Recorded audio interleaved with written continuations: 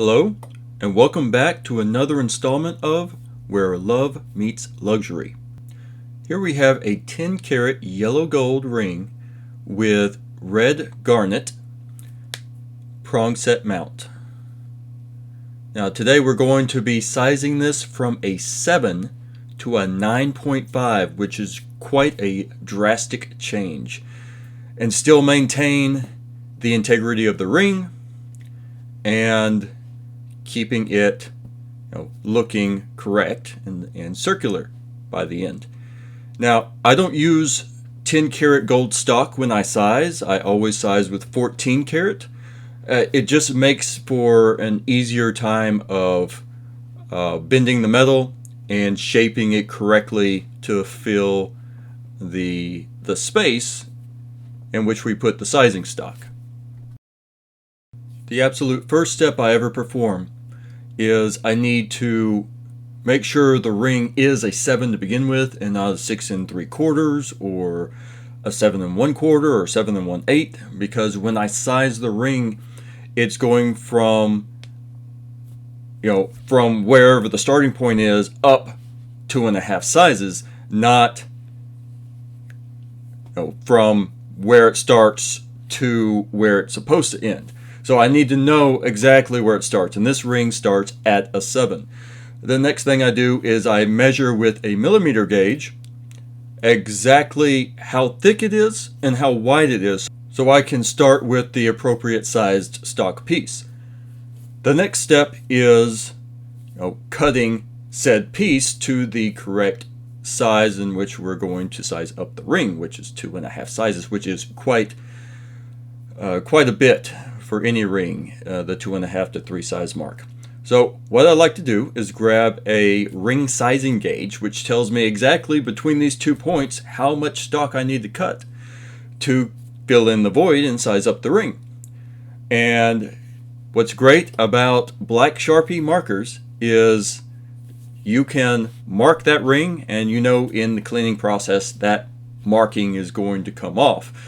So you can just mark to your little heart's content and erase it with just bringing your thumb across it most time to create that nice clean edge, in which you need to use a separating disc to create that nice clean edge in which you're going to use to create your first weld.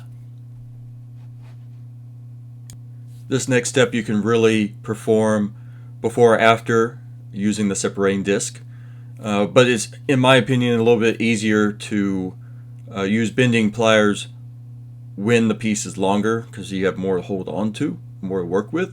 So I'm going ahead and bending it. Now understand that when I marked that spot, it really doesn't shift. Even though it's on a curved surface, you're still creating that same mark. The difference between curving it and keeping it flat is micrometers. It is very, very slim. Though when I do cut on a curved surface, I do usually pull it back just a couple micrometers away from my fine line, so I know I have a little bit of extra room to work with, and I can always file that down. But when it comes to sizing rings, the name of the game, what you want to try to do is maximize the material you have for the most jobs it can perform, and to minimize waste as much as possible. It's very important when you're using a separating disc, because it cuts so quickly and efficiently, that you're cutting a straight line. So I like to prep it from the top with a small cut and then come through lengthways to get that last clean cut. That way you can limit the amount of error you produce and have less cleanup before your welds. Next, we will create a separation within the ring itself, and the best way to do this is just to place it in a vise. Now, old school methods is that you use a saw blade, and you're welcome to do so. I just prefer this method because it is cleaner and easier and quicker. But some rings don't allow for this because of the way the diamonds are situated. This one is very very near that edge of not acceptable, but I know I can get through it quick. And there it is, a nice clean cut, straight through the ring. Very quick, very efficient. Moving on. Now we need to widen this gap to allow for the stock size we cut previously to fit in between the two edges. For this, I use a Enlarging Mandrel. You can get these from Stoller, which is where I purchase the majority of our tools from. And this allows you to slowly stretch the opening, because you want to do this slowly. You don't want to force it. You will pop every stone out. Now, once you have placed the ring in the laser welder, first thing you want to do is take the piece, the stock piece that you cut, in a set of tweezers and fit it in between the two ends. You can do this while it's still on the ring spacer. That's my preference. And then all you want to do initially is just tack it in. So turn your laser welder to the appropriate setting, which will be in the comments below, and just tack it in with simple welds. You're not actually wanting to put any extra gold into it right now. You just want to fit it together. That way you can take a triangle file and create your ravine between the joints of the stock piece and the ring. And once you have that ravine, you'll want to solder the bottom of the ravine and kind of close it in from the bottom. And then you will take your stock wire and weld in your wire within that ravine, slowly filling it up like a rising river.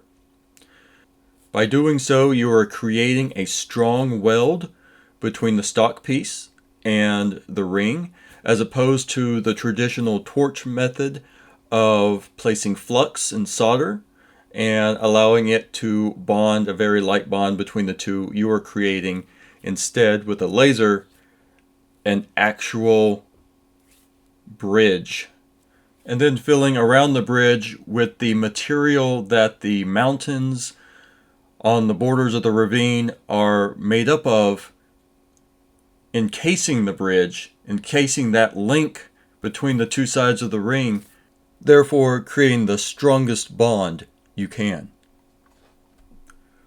Now you'll want to keep filling it and keep adding gold until all the sides are flush.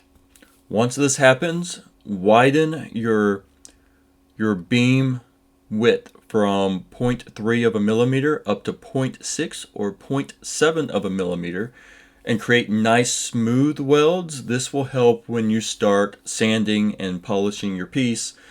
It just eliminates so much prep work before you reach the polishing stage, to go ahead and just create clean, larger welds and then bump it up to 1 millimeter or 1.2 millimeters and continue to smooth these joints. Alright, now we have the ring. As you can see, it is more or less together, which is now the starting point for polishing and sanding. I like to start with a 120 grit sandpaper stick. These are great because after they've been worn out, you can actually just peel off a side and place it in your reclamation barrel and continue sanding. And you don't have to worry about cutting pieces and making sure that it's perfectly level. The sticks do it for you. Another great aspect of these sticks is they only cost about $8 or $9. They usually last me a couple weeks at a time, which is perfect. So as we're sanding, we are also blending. And we're blending the raised edges to be the same height as the original ring, therefore creating the illusion that there never was a piece added to begin with. You'll want to continue blending and smoothing not just on the top but on the sides, and you'll want to create a nice crisp line between the added stock piece and the ring. You can always go back and smooth out the edges later with a polishing wheel, but especially for smaller rings, people seem to like the nice crisp edges as opposed to the illusionary effect that of light bending around and creating a curved surface. They make these sandpaper sticks in a variety of shapes and sizes as well. Round ones, which are great for the inside of the ring. Triangle you can use instead of a triangle file. Half round, if you don't use a wheel on the inside, you can use a half round sandpaper stick in varying grits to achieve that nice polished finish on the inside. From 120 grit up to 1000 is typically the range you'll go through.